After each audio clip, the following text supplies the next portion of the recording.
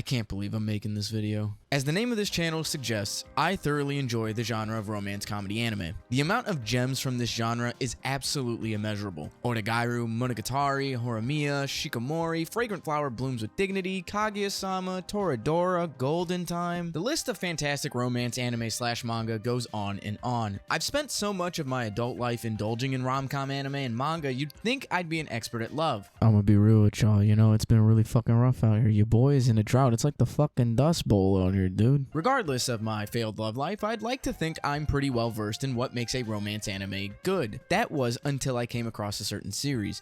A series that started off with so much promise, with a premise I thought could really make for a compelling, funny, and heartwarming story. A series I've spent countless hours watching the anime and reading every single chapter as it released for the last 5 years. A romance manga that has grown to be the most mind-numbing, rage-inducing dumpster fire I've ever had the displeasure of reading. This is the story of my relationship with Rent-A-Girlfriend. Did you know that I stream? Yes, on Twitch, you can catch me streaming.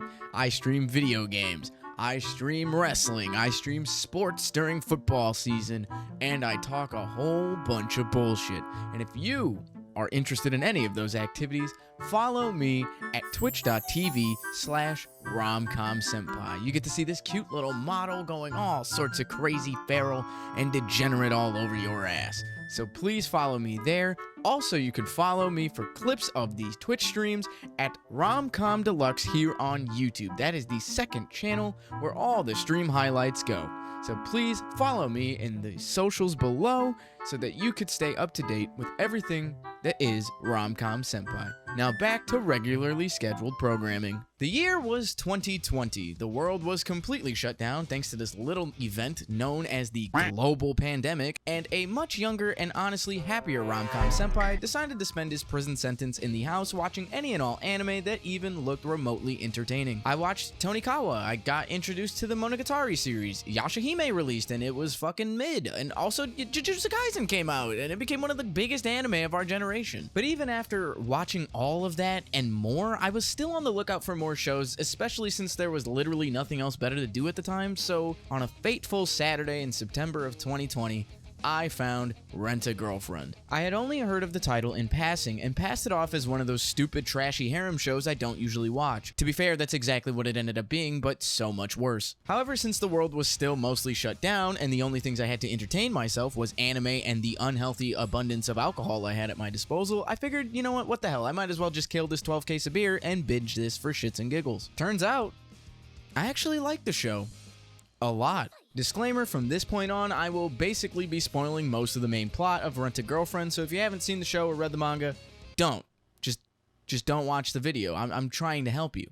I'm trying to help you. Just click off. Click off and don't even watch it. Don't even, just go away. Just go away. Go away. Go home. Go home. Go home. It's okay. For those unaware, here's the Cliff Notes version of the series Rent-A-Girlfriend. Rent-A-Girlfriend follows the story of a young man named Kazuya who is down absolutely vicious after his super hot girlfriend decides to break up with him. My man does what every sane male does after a breakup and proceeds to chronically goon to the thoughts of his ex-girlfriend getting her back broken in. To cure his broken heart and hopefully cure his meat beat addiction, spoilers, he doesn't cure it at all, Kazuya decides to use this app that allows the user to choose from an assortment of different women to fulfill girlfriend services for the day, or what we call here in the United States, Craigslist. Through that, he finds and rents our main girl, Chizuru. However, Kazuya rates her super low because she came across as inauthentic, whatever the fuck that means. It's literally a fake date, like, dog, just get a grip and grow up. Chizuru ends up crashing out on him, and rightfully so, and they end up going on another paid date. This time, however, Kazuya's grandma almost kicks the bucket, and the both of them rush to the hospital. Grandma turns out to be fine and absolutely adores Chizuru as they lie to her about her being his girlfriend. Even crazier plot twist is that Chizuru's grandma is friends with Kazuya's grandma,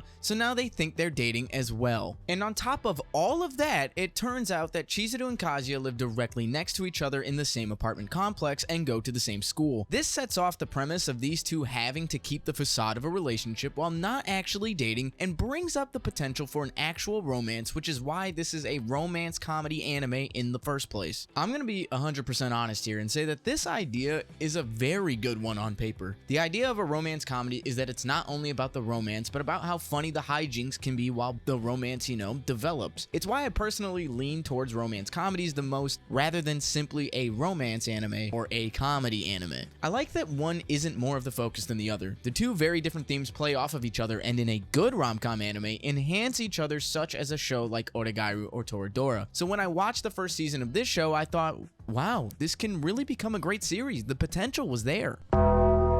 I thoroughly enjoyed the first season. I loved how friends got involved. I loved the little plot of the ex-girlfriend finding out about Chizuru and thinking something was off about these two while also still holding some sort of emotional connection with Kazuya. It was melodramatic. It was funny and even emotional at times. I'm not usually one to watch harems, especially after having something like School Days burned into my brain for the rest of the time, but this show was scratching an itch I didn't know was there. I want you to keep in mind I watched all of the first season in one sitting with a 12-pack of beer, so maybe my judgment was impaired. However, I liked the first season so much so that I fucking 2 days later read every single chapter for days. For 3 days straight, I'd come home from work and spend my nights reading at least 30 or 40 chapters a sitting until I was completely caught up. And at the time, it was worth it. I, till this day, think very fondly of the following major arc, which is known simply as the movie arc. In this arc, Chizuru is supposed to be in some sort of movie or play because, since I didn't mention earlier, Chizuru is an actress. She uses the rent-a-girlfriend stuff to help practice for any roles she's going to be getting and to make some extra cash. Unfortunately, Chizuru's grandmother falls fatally ill and is pretty much just counting the days until she croaks. Kazuya, who at this point is completely and utterly in love with Chizuru, is still paying for the dates, mind you, and is deciding that he's going to make a movie where Chizuru is the star so that her dying grandmother can watch her on film before she inevitably passes away. This arc is really good in my opinion. It might be one of my favorite romance arcs ever. I loved the development between Kazuya and Chizuru, with their romance beginning to look more and more real. You can see Chizuru slowly starting to fall for Kazuya, which in all honesty still doesn't make any sense considering how many times he's gooned to the thought of her getting her cheeks getting full-on Adam Page buckshot lariats. Regardless of his ongoing gooning addiction, it was actually kind of wholesome to see these two work together and start to see a love blossom. Of course, the movie gets finished, and Gam Gam gets to pass away, seeing her beloved granddaughter be the star of a movie and die a happy woman. We love that. We love that for her. Not the dying part. We love that she's happy. We're not happy that she...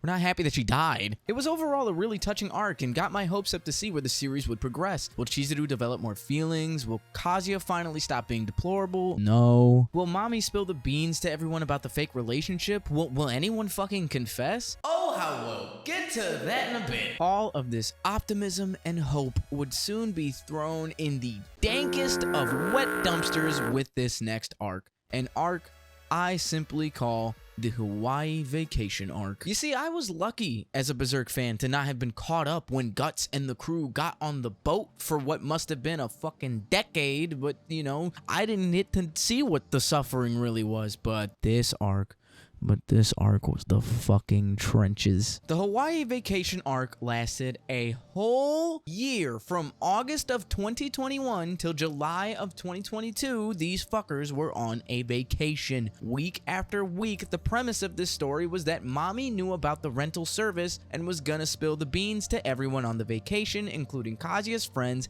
and family, all while Kazuya kept trying to hype himself up to tell Chizuru about how he felt about her. This went on week after week, cliffhanger after unnecessary cliffhanger. Nothing progressed. Kazuya with his quote-unquote real girlfriend, which is some underage girl that only likes him because she made her heart beat extra fast and he didn't even want to date her, so I couldn't even tell you what the fuck was going on there. There is so much unnecessary bullshit going on at this point that it was impossible to keep up. And don't get me started on the infamous boner in the pool panel. This man was legit in a public pool with the fattest chub because even after almost 200 chapters, he couldn't stop imagining Chizuru getting pile drive between her thighs. This was the point where I knew this series was cursed. This was the lowest of the low for me, and I watched School Days, needless, fucking Boku no Pico. No.